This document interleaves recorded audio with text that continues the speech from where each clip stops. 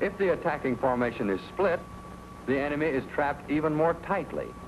He has to turn toward one of the fighters who accepts this head-on attack, while his partner winds on in to the saddle position. When your section is above and ahead of the target, side approaches can be made, keeping the enemy in the middle so that he can't run out and escape. If he turns toward one of you, the other is on him like a flash. It is frequently effective for one pilot to make a feint toward the enemy, drawing his attention and keeping him occupied, while his section mate comes in for the kill. Teamwork is even more vital when the section goes in to make an attack on two enemy planes. It is a cardinal rule of offensive combat to concentrate the attack of both fighters on the enemy wingman. If you are above the enemy on an opposite course and unseen, you can both make overheads, breaking clear and regaining altitude. The same principles apply to attacking from a split formation. The two planes work as a team, centering their attention on one objective, the wingman.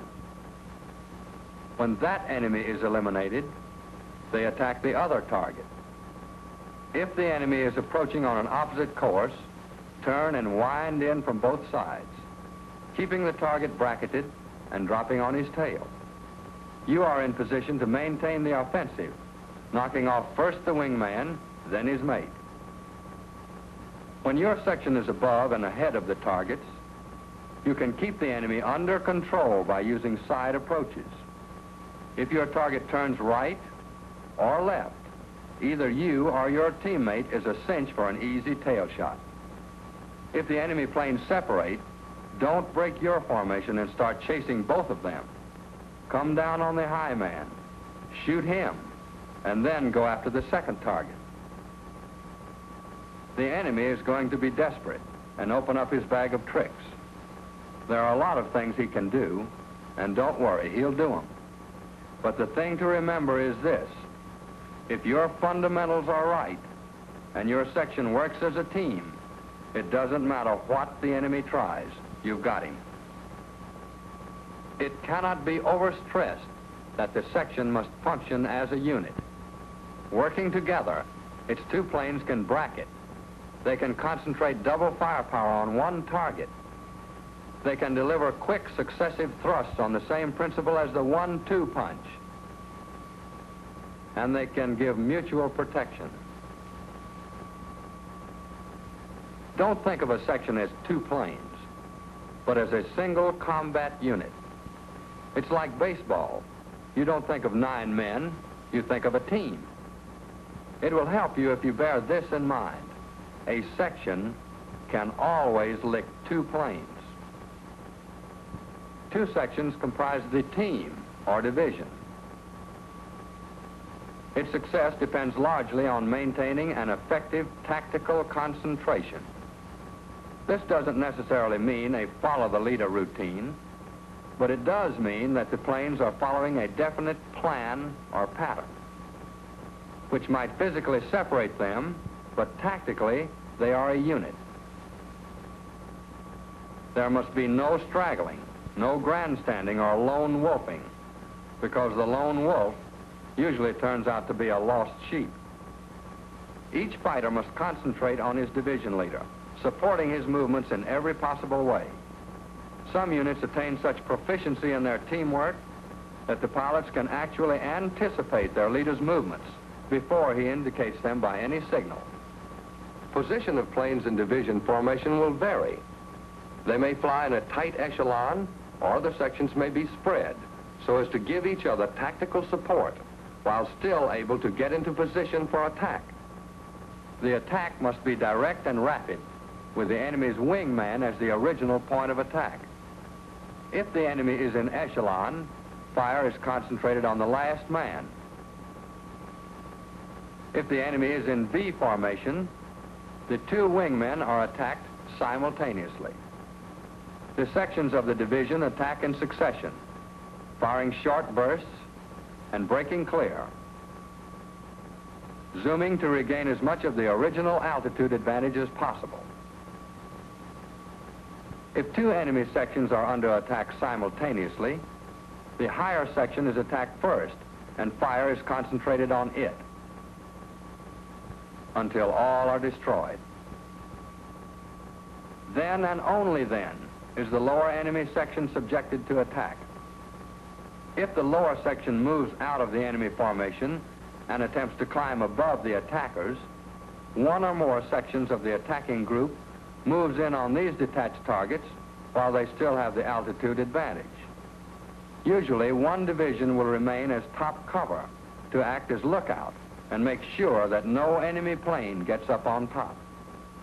Thus, by successively dropping on the enemy and recovering at the original altitude, the fighters create a sort of a rotary mower that cuts down the enemy, starting with the highest target and continuing until all opposition has been destroyed. Never let it work. A tactical chain must be maintained throughout the attack. If a fighter leaves this chain, he is leaving an opening for the enemy to get on a teammate's tail. Breaking the chain causes the flight commander to lose tactical control, and the fight degenerates into a melee of individual dogfights. 1918 model. Attack in sections, in divisions, or in squadrons. The fundamentals of their offensive combat tactics are the same. Coordinating a fighting squadron, like a pro football team, means the individual members must first learn to work together. Results will come only from constant and rigorous practice.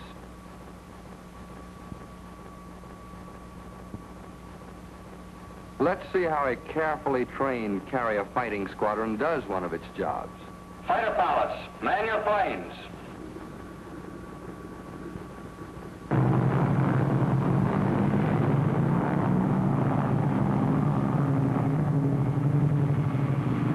Two 12-plane flights of fighters are launched to form a combat air patrol.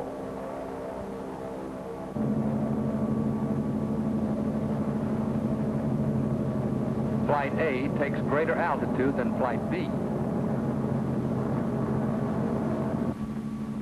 They sight the enemy formation.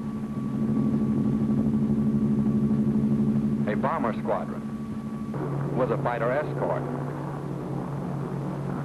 Flight A divides.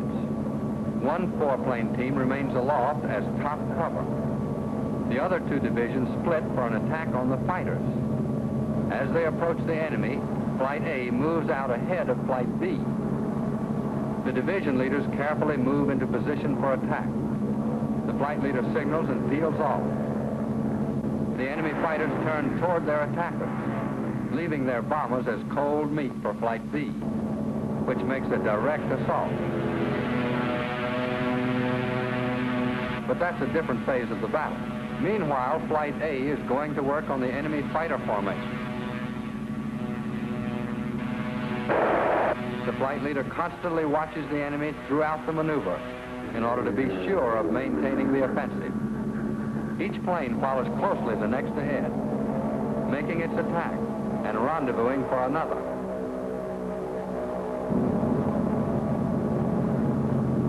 As the last plane of the 1st Division makes its attack, the leader of the 2nd Division follows close behind. That rotary mower is at work here, knocking them down one after another.